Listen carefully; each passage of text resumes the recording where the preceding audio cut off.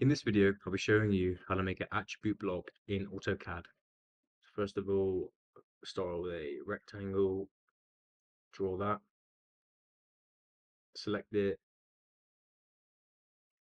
and type in ATTDEF, and click that. Tag is the name of it, and then prompt will be what is shown in the text. And then some other options.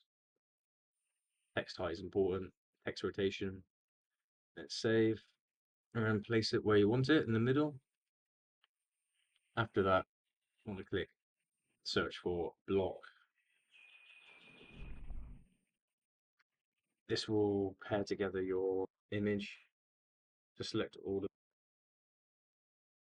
So as you can see, I've selected this and the rectangle, and then create block.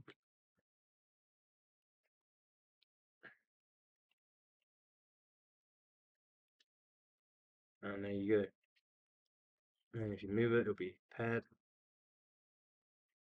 And that's how you make an attribute block in AutoCAD. I hope this video helped. Speak to you soon.